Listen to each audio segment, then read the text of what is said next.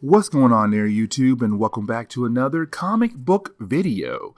Okay guys, so we're going to cover the next story arc for the Teenage Mutant Ninja Turtles, and we do pick up with Blood Brothers. Now, Blood Brothers is technically a two-part story arc, but there is a one-shot that was used as a way to focus on April O'Neil, like the other one-shots did when it came to focusing on a certain character. And so when it came to April O'Neil's one-shot, it was kind of like a prelude that led into the actual Blood Brothers story arc, where we are introduced to another character who is a turtle, but of course this turtle is going to be a villain.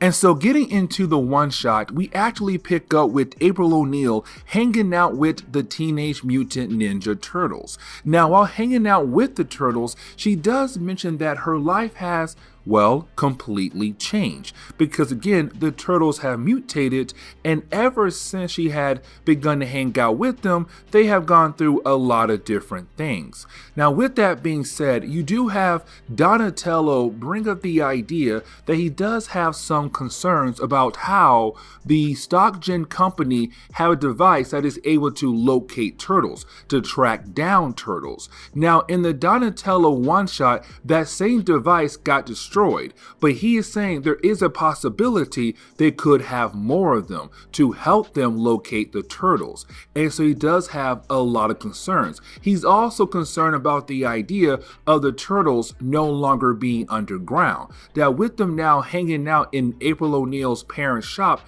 they now became easier targets, and that is a problem for him. Now, when it comes to the rest of the turtles, they're not that worried, and the reason why, because they feel like they're so powerful ninjas, they're getting kind of cocky that everything is going to be a-okay. But for April O'Neil, she kind of believes what Donatello is saying, that there could be more tracking devices out there that could help Stock Gen locate the turtles. Now remember, when it comes to Stock Gen was the company that had made the Mutagen, but also the Mutagen was technically used when it came to mutating the turtles into man-like people, but also Hob and other characters out there as well, and also our new character who's coming in very soon. Now, with all that being said, when it comes to Stock Gen, April O'Neil was actually an intern there, and when it came to her early days being an intern, she ran into the turtles before they had mutated into man-like people, and so she was the one that gave the turtles their name. Now, when it comes to April O'Neil, she wants to help out the turtles. She wants to protect the turtles because, again, she built a bond with them. And so while being at Stock Gen still as an intern, she was able to sneak her way into a area that she has no clearance to be in, but of course she made her way inside. Now, once she does get inside, she does see that when it comes to Stock Gen, they do have another tracking device to locate the turtles. But on top of that, when it comes to Chet Allen, one of the many scientists that works in the laboratory, he does mention another turtle being in there. And so we're going to have a fifth turtle that's about to be, well, a man-like character. Now, April O'Neil knows that she has to get her hands on that device before Stock Gen is able to use it against the turtles. Now, she does cause an entire scene where it basically leads into the entire building losing power. Now, when that happens, she's able to move the device somewhere else in the actual room so that she'll be able to come back later on in the night to grab it. But once you do have everyone calm down, the engineer tells everyone in the room they have to leave so that he is able to clean up her mess to get the power turned back on. But luckily, she was able to hide it somewhere before anyone else could grab it and put it somewhere else. Now, when it comes to April O'Neil, she does go back and tell the turtles what she found out about the idea of the tracking device. And once she is able to tell Donatello and the rest of the turtles, you have the rest of the turtles realize that their brother was correct about the idea of being worried of Stock Gen having more copies of that tracking device. Either way, once you have the brothers realize they do have some concerns, well, you didn't have April say that she is going to sneak back in at night at Stockgen to get that device and to bring it back over here to the Turtles. And so we do pick up with April O'Neil sneaking her way into Stockgen at night. Now, once she's able to get inside, we see that she was able to get into some more secured areas. Now, the only reason why she was able to get into those secured areas because she did steal someone's clearance badge. Either way, once she is able to put her hands on the tracking device to grab it, well, that is when she hears a conversation going on between Chet Allen and also one of the many stone soldiers that works for General Crane. And we come to find out that apparently Stockgen has been working on a new experiment, a new project, a new specimen, and most likely a fifth turtle that is currently being mutated. Now, when it comes to April, she wants more proof of this new project. But the problem is though, as she tries to walk away, the stone soldier that was talking to Chet Allen realized that she is somebody who should not be in this area at all. And so of course he tries to chase her down. Now, when it comes to April O'Neil, she does run into another room, except when she does, this room is full of containers that is currently holding mutagen, and that right there is a huge problem, because now you are talking about the idea of Stockgen having a huge amount of mutagen ready in the works for who knows what kind of projects. But apparently that new specimen that Stockgen was working on was kept in his room as well, except when April O'Neil goes over to his container, well, that creature had broke free. And the thing is, where did that creature go? Now, she is able to grab a sample of the mutagen in this room, but while she is trying to leave, she's once again caught by the Stone Man. Now, the Stone Man tries to grab her, but she's able to get away from him. Now, he tries to chase her down, but he realized that the experiment that was kept in this room has broken free. And before he is able to warn the others, well, he is knocked out by that actual creature. Now, the way the story ends, or really this chapter for today's video ends, you have April O'Neil being able to get out of the building with a sample of mutagen, but also with the tracking device, but also that creature, the fifth turtle, was also able to get away as well. And his name is going to be Slash, a new character to give our turtles more problems. And so getting into the main storyline for Blood Brothers, we have to jump back 14 months ago, where we do pick up with Baxter Stockman. Now, Baxter Stockman is actually the owner of Stockgen, and Chet Allen works for him.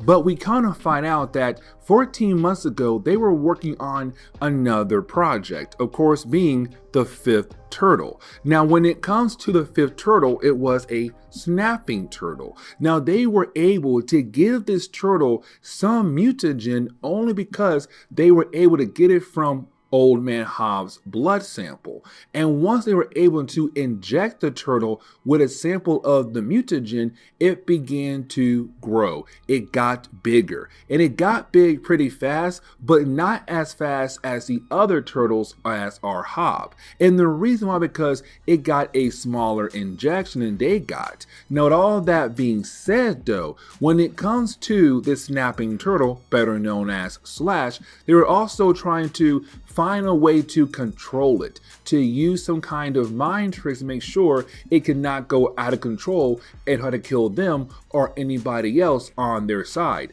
to use it as a weapon.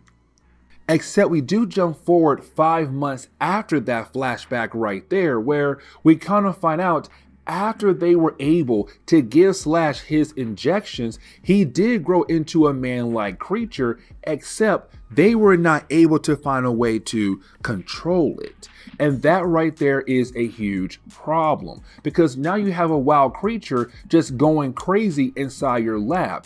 And apparently different kinds of security forces are getting tired of always chasing after this creature and trying to find different ways to take it down. It's a wild animal that cannot be tamed at all. Now, of course, once they did find a way to keep it tame for a good while, as we saw in the last chapter, apparently it broke free.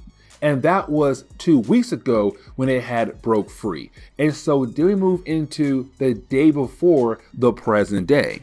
We then pick up with Michelangelo. Now, when we do, is Michelangelo telling us that he does have some concerns about what his father said to him in our last video. Now, he is telling us while he is actually talking to another character known as Woody. And remember, Woody is a good friend of Michelangelo who goes out of his way to give our heroes free pizza as a way to feed them. Now, when it comes to Woody, he realized there's something on Michelangelo's mind, and that is when you have Michelangelo tell Woody that his father, Splinter, had talked about the idea of killing off Shredder, because the Shredder is somebody who cannot stay alive. If they're going to try to protect the city or protect the world, they're going to have to sooner or later kill off Shredder to save the world, because that man is pure evil. Except when it comes to Michelangelo, he hates the idea that he might have to take a man's life as a way to save the world. Now, when he does walk away and Woody goes back into his pizza shop, well, Woody gets attacked by Slash. Now, unfortunately for Woody, his friend Michelangelo does not hear nor see Woody get attacked by Slash. And so we're left to believe that possibly Slash did kill off Woody, or at least seriously injured him. And so we do jump over to the present day. And when we do, we pick up with the Turtles arriving to a crime scene where you had Slash attack a random shop. Now, this was not Mikey's pizza shop. It was somewhere else. But this was the third attack done this week. Now, in every single crime scene, you have police officers talking about how this area was attacked by a giant green lizard. And so when it comes to our heroes, they realize it has to be another turtle, or at least an actual lizard. Either way, there is another mutated creature out there causing a lot of damage. Now, when it comes to our heroes, really, when it comes to Raphael, Donatello, and Leonardo, they realize that Michelangelo is kind of off. And matter of fact, we saw that just earlier in this chapter, because again, he has a hard time believing that sooner or later they're gonna have to kill off Shredder. Now, when it comes to some of the turtles, they really do believe in the idea that they're gonna have to do it. Now, it's not because, oh, we gotta protect the world. It's really more of, he'll come after us and try to kill us. And so if it comes down to it, we'd rather kill him than him killing us. And so for the other turtles, it's them saying, Michelangelo, you got to realize that we don't want to kill him, but we're going to have to if we're going to save our own lives. Now we do jump over to Casey Jones and also Splinter. Now remember, by this point, Casey Jones is living with the Turtles. And the reason why, because his father was abusive. And so now the Turtles have a new roommate, Casey Jones. Now, while you have Casey at home with Splinter, you have Splinter watching soap operas, but at the same time making some dinner as well for the Turtles. Now, with that happening, you have April O'Neil walk into the room to say, hey guys, something happened to my van. I got a flat, but something else happened. And when Casey walks out, he sees a huge slash in her car. Now, here's the thing. We already know where the slash came from. It came from our new character, Slash. And so for some reason, he's going after different areas where the Turtles have been at. For example, Woody's pizza shop, and now April's van. And so now is April saying, I told you guys something escaped from Stock Gen. And looking at the size of the damage to my car, it kind of goes the idea of what I saw in that container back at Stock Gen. But getting back over to our heroes, the main turtles, you do have them going out of their way to protect an innocent person who is currently being attacked by some random thugs. Now, once they're able to get rid of those thugs and to check up on the guy, well, that guy freaks out because the turtles look just like what the people are saying in the news. Huge, giant green lizards, some kind of monsters out there who are attacking people left and right. And so even though the turtles had just saved his life, all he sees right now is 4 big, huge green monsters that he has to run away from. Now, we do pick up with Slash, and when we do, we see Slash being able to smell the turtles, like he got their scent, and now he's trying to find them. And of course, it's going to lead into the big battle between the turtles and our new character Slash here. Now, we do see the turtles actually head over to a nearby church. And the reason why, because Donatello has been saying this since the last chapter, that when it comes to him and his brothers, they need a better base, somewhere better to actually work out of. And when it comes to April's parents' shop, it's not that great for our heroes. And so he was able to find a base at this church, or really what's underneath the church, some kind of underground tunnel or basement level in the church. And there are tunnels that lead into the sewers or nearby rivers in the city. And so it's great for the turtles to work out of this building right here rather than April's parents' shop. And so you do have our heroes kind of liking what they're seeing. They kind of like the idea of what Donatello is trying to do here, to be the new base for our heroes. But here's the problem though.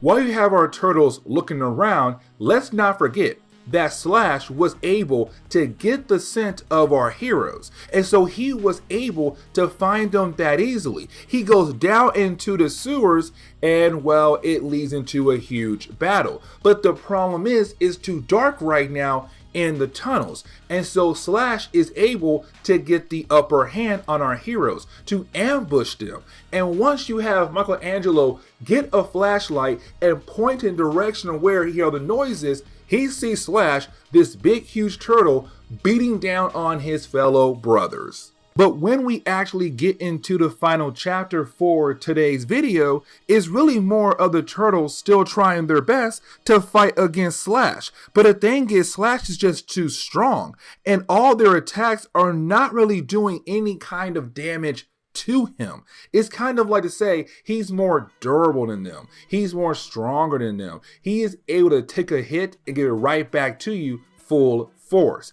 And so unfortunately for our heroes, everything they're doing is just for nothing. They're getting their butts handed to them left and right. Now we do jump over to Burnout Island. Now Burnout Island is a private island that is currently being controlled by General Krang. Now remember, when it comes to General Krang, he is from an alternate dimension, Dimension X, and he belongs to a race of people who are trying to be brought back to life. But currently, he's in a war against another alien race from Dimension X. Either way, he was able to take over Burnout Island, and so it's technically his own private island. Either way, in our last video, he kidnapped Baxter Stockman, the owner of StockGen, the same company that made our turtles who they are. Now, when it comes to Baxter, the reason why he was kidnapped, or really the two reasons why he was kidnapped, because one, he kept failing to do different jobs for Krang, but also on top of that, Krang said, I have many projects I want you to work on the island. And so unfortunately, until you are able to finish all these different projects, you are going to stay here on this island. And so right now it's Baxter working on different projects. Now, unfortunately, we're not told what kind of projects he's working on. Instead, you have him calling up Chet Allen. And remember, Chet is a scientist who works at StockGen. And it's Chet saying, hey boss, so we lost the 5th turtle. Slash. And you have Baxter very concerned about that project and wondering what is Chet doing to get that project back. Now Baxter, he has to get off the phone. And the reason why, because Krang is giving another speech to kind of get his soldiers motivated for the next phase of the war. But getting back over to April O'Neil, Casey Jones, and also Splinter, they're getting very concerned about the Turtles because they should be back by now, back at home time for dinner, or getting ready to go to Casey Jones' hockey game. But unfortunately, they're not back home yet because they're fighting against Slash. And so you do have April O'Neil and Casey both say they're tired of waiting. They're going to go out there and look for our heroes. And so getting back over to our Turtles, they're trying to fight against Slash, but like I said earlier, they're having a hard time doing this. He's just too strong for our heroes. They're unfortunately getting their butt whooped by him still. Now you do have April and Casey Jones arrive at the church, but again, they have no idea what's down there. And so when they do get down there, they see our heroes fighting against Slash, but they also see that most of the Turtles have been defeated except Leonardo. Now when Leo sees them, he freaks out because he knows that Slash might go after them next once he's done with Leo. And so you and Leonardo say, no, this all has to stop. And so the fight continues on. Now, when it comes to Leonardo, he's not trying to kill off Slash. He's trying to help Slash out. But unfortunately, because the fight went on for too long and they're going all over the place, Leonardo's sword stabs Slash right in the neck. Not the neck, but kind of like the shoulder area. Either way, there is a lot of blood, to the point where you have Slash just pass out and he falls into the water that takes him down the tunnels and most likely into the rivers that are nearby the city. And so for Leonardo, he's left to believe that he had just killed somebody. Because let's not forget, the Turtles were having a hard time believing the idea they have to kill off Shredder. They don't want to, but they're going to have to if they want to save their own lives or to save the world. But now Leonardo has to go through the process, the idea that he had just killed somebody. Even though it was an accident, he still killed somebody. And so Slash is possibly dead. Now the next day kind of gives us a lot of information about where the Turtles are going to go from this point on. We do see the Turtles have moved into their new home, the new base that's right underneath the church. But here comes some problems though. Leonardo is still having a hard time processing the idea that he had just killed somebody. It's so hard for him to kind of think about the idea of he stabbed someone and that person is possibly dead. But on top of that, we come to find out Woody, who was a close friend of Michelangelo, is no longer his friend anymore. Because like we saw earlier, Slash attacked Woody at his pizza shop. And so when it came to Michelangelo, when he stops by Woody's pizza shop, it's Woody saying, hey man, listen, here's some pizza for you. I will always go out of my way to give you pizzas left and right. But unfortunately, you and I cannot talk because he now blames Michelangelo for Slash attacking him. But the thing is, he's right. It's their fault. It's the Turtles' fault that Woody got attacked because Slash was looking for them. He found their scent. He was technically made to be used to hunt them down. And so, because the way he was made, the way he was supposed to be used, he did that. He went to every single location the Turtles were at. Woody's pizza shop, the church, and also April's van. Those three examples right there shows that it was their fault, but at the same time, not really. And so the question is, where do our heroes go next? But the story is not done just yet, because we do pick up with, well, Slash. And we kind of find out that he is alive, but we also kind of find out that Hob is also alive as well. And let's not forget, we were left to believe that Hob died after being shot by Baxter in our last video, to only find out that Homeboy is not dead, and matter of fact, he wants revenge against a few people, especially Baxter and the Turtles. And this is where we are going to end today's comic book video. So please leave me a like down below and subscribe. But guys, see y'all next time. Later.